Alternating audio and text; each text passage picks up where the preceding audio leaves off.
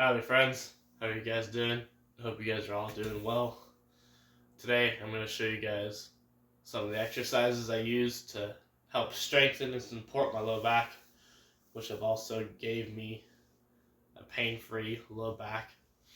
Now, disclaimer, I'm not going to say that any of these are going to cure low back pain or even help it, but I know that there are many people that have gotten rid of their low back pain through these movements, and through my personal experience, I had low back pain to the point where I was trying stretches every day. I was going to do acupuncture, chiropractor, nothing was working, and now the movements I do eliminated my back pain in 2 weeks.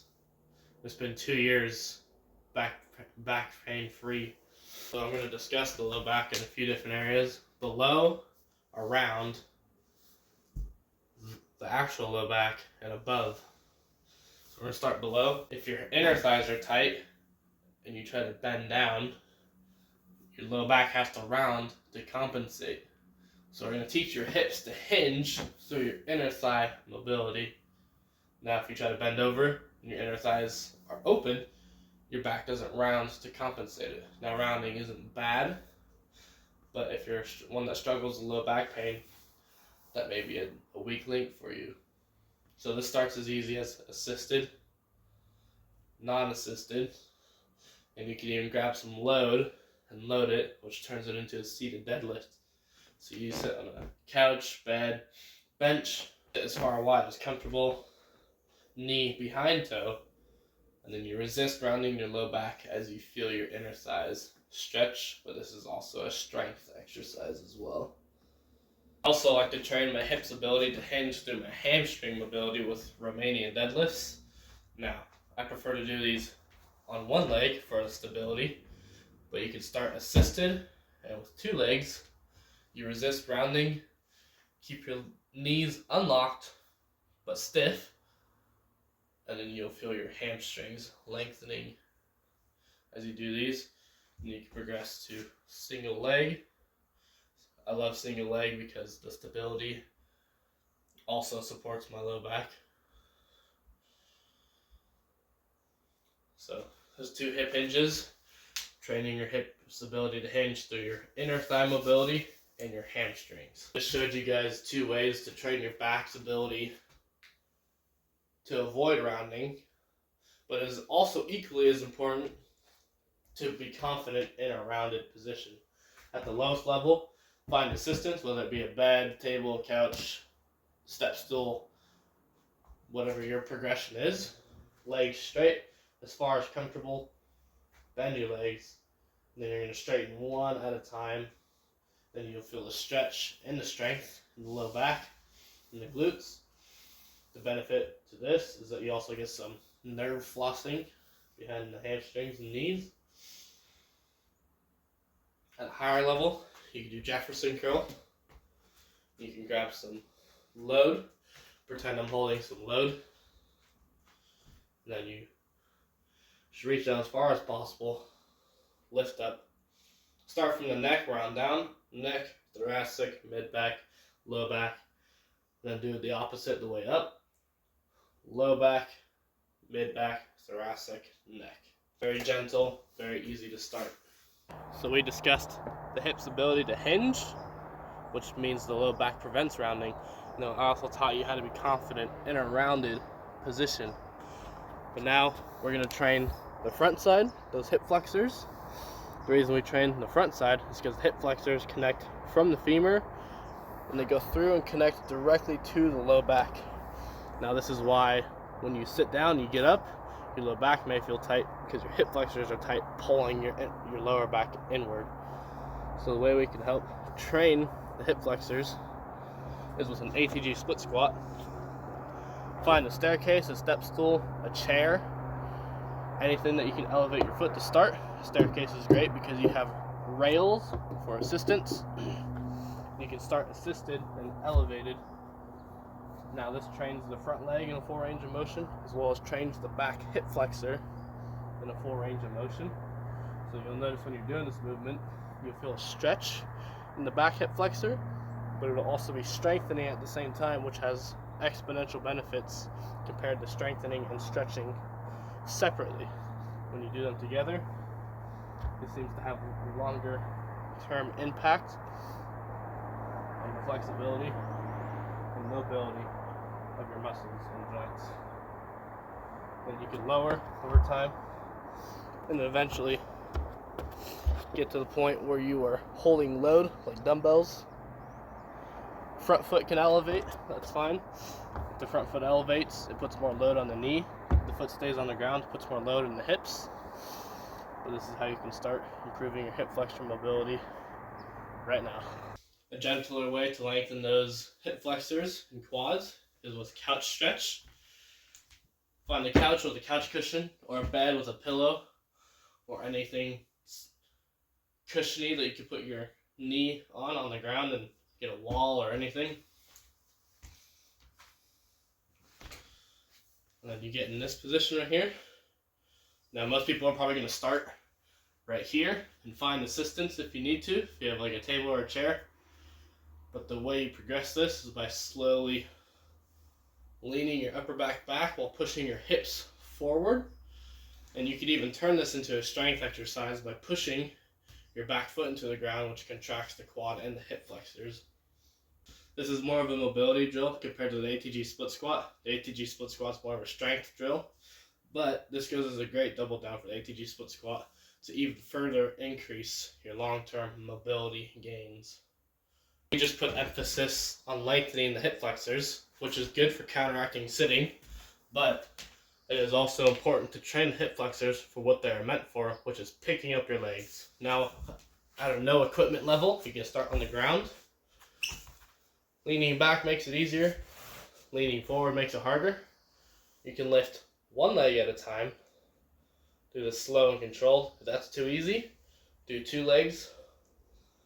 If that's too easy, lift your butt off the ground. Do one leg at a time. And if even that is too easy for you, you can do a full L-sit, which I will not be able to demonstrate because I cannot do an L-sit. But another way you can train your hip flexors is through a hanging position, which I'll show you right now. Find something to hang from, and then just do knee lifts as high as comfortable. You can progress this by slowly straightening your legs over time. If you want to get even real picky with your progression, you can lift your knees and then straighten on the way down. But I'm not that strong or mobile right there yet. That was the best of my demonstration, but simple principle, hang from something, pick up those legs. Great core workout, great hip flexor workout. You will probably be sore for a week after doing these. So we discussed the hips' ability to hinge, as well as the back's ability to be confident in a rounded position. We discussed how to reverse sitting with lengthened hip flexor work, as well as how to pick up those legs with short range hip flexor work. So we discussed the low back and the low back itself, as well as the front side. But now let's address some lateral work. Now before I move to the QLs, I'm going to discuss the piriformis. We already discussed the inner thighs through the seated good morning. Now let's train the outer thigh mobility. This is a very common tight link in most people, the easiest progression. You start in the 90-90 position, and then you lean over your front leg, play around with angles, play around with how far forward you go, use your hands for assistance, or don't. Play around, see what feels right. But I guarantee when you do this, you will feel that stretch in your outer thigh, and this tends to keep people's low back locked up. Now let's discuss those QL muscles. The QL muscles are the quadratus lumborum. It connects from your pelvis to your upper rib cage, but also connects to the bottom 4 vertebrae of your spine. So the way you can train this, the way I train this personally, is on the floor. You can start as low as in a crisscross position. Lean your arms over. Now, use your arms as leverage. The shorter, less leverage. The taller, the more leverage. Now, I personally do this in a split position. If you need to, find a wall to lean against to make it easier so your back doesn't compensate. If you need to, narrow And if you need to even more, you can bend the knees. Here, you lean over, you lean your opposite arm overhead to your opposite leg. If you need to, use assistance, and slowly reduce assistance, and then load, more load. So I discussed below the low back itself, and around the low back, as well as some of the core. Last thing I'm going to discuss with you is the upper body. Why the upper body in a low back video? Well, imagine my posture is poor. My low back has to compensate to keep myself up. But if I have good posture, my low back doesn't have to do as much to compensate for what I'm lacking up here. So I'm going to show you 2 mobility exercises for the upper body and 1 to lock in that posture. Lowest level, you find a wall. Push your chest into the ground. You could back up to create even more load. The wider your hands, the less mobility demand on your lats. The closer your hands, the more mobility demand on your lats. This opens up and extends your spine in a way that pull-ups and rows don't achieve. You can also train this on a bed, bench, or a couch. Put your elbows on, push your chest into the ground, and just feel your lats stretching out. So I taught you how to open up that upper back through extension. The way you can train your chest is through a full range push-up, which you can use the corner of a wall for. Now, a full range push-up implies when you're on the floor, you're stopped right here.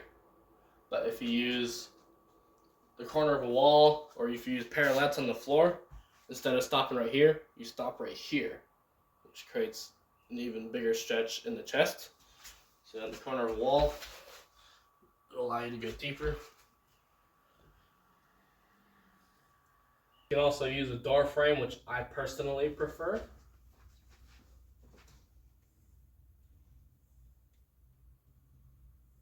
I don't have parallettes or dumbbells to show, but if wall push-ups or doorway push-ups are too easy, you get parallettes. And those will allow you to push up deeper than if you were to just use the ground. But now that I've shown you how to open up your upper body, I'm going to show you an exercise to lock in that upper body posture. So you get in a prone position, and you do a Superman. Now I'm going to show you a few different variants of this. When you lift up your legs and your feet, it's going to be more focused on the low back, but you will still feel it in those mid traps, the rhomboids, and even your rear delts. Now if you want to put more priority into the mid traps, you would lift only your arms and try to keep your thumbs facing the ceiling. If you want to put more emphasis on your rhomboid muscles for shoulder retraction, you get in a T pose and then lift your arms like this. And if you want more focus on the external rotators, you get in a W and lift your arms like this. Play around, see what feels best for you. I personally prefer the Supermans. Try to keep your neck neutral. Don't bring your neck up or forward. Just keep it straight and lift or hold, whatever feels best for you. Now again, there's no one exercise fits all answer. I'm also not claiming that these exercises will help or let alone cure your low back pain. They did for me, and I am grateful if they can for you. And if you got value out of this video, I'm more than happy. If you would like to work with me to help implement these exercises into your routine, comment MOVE.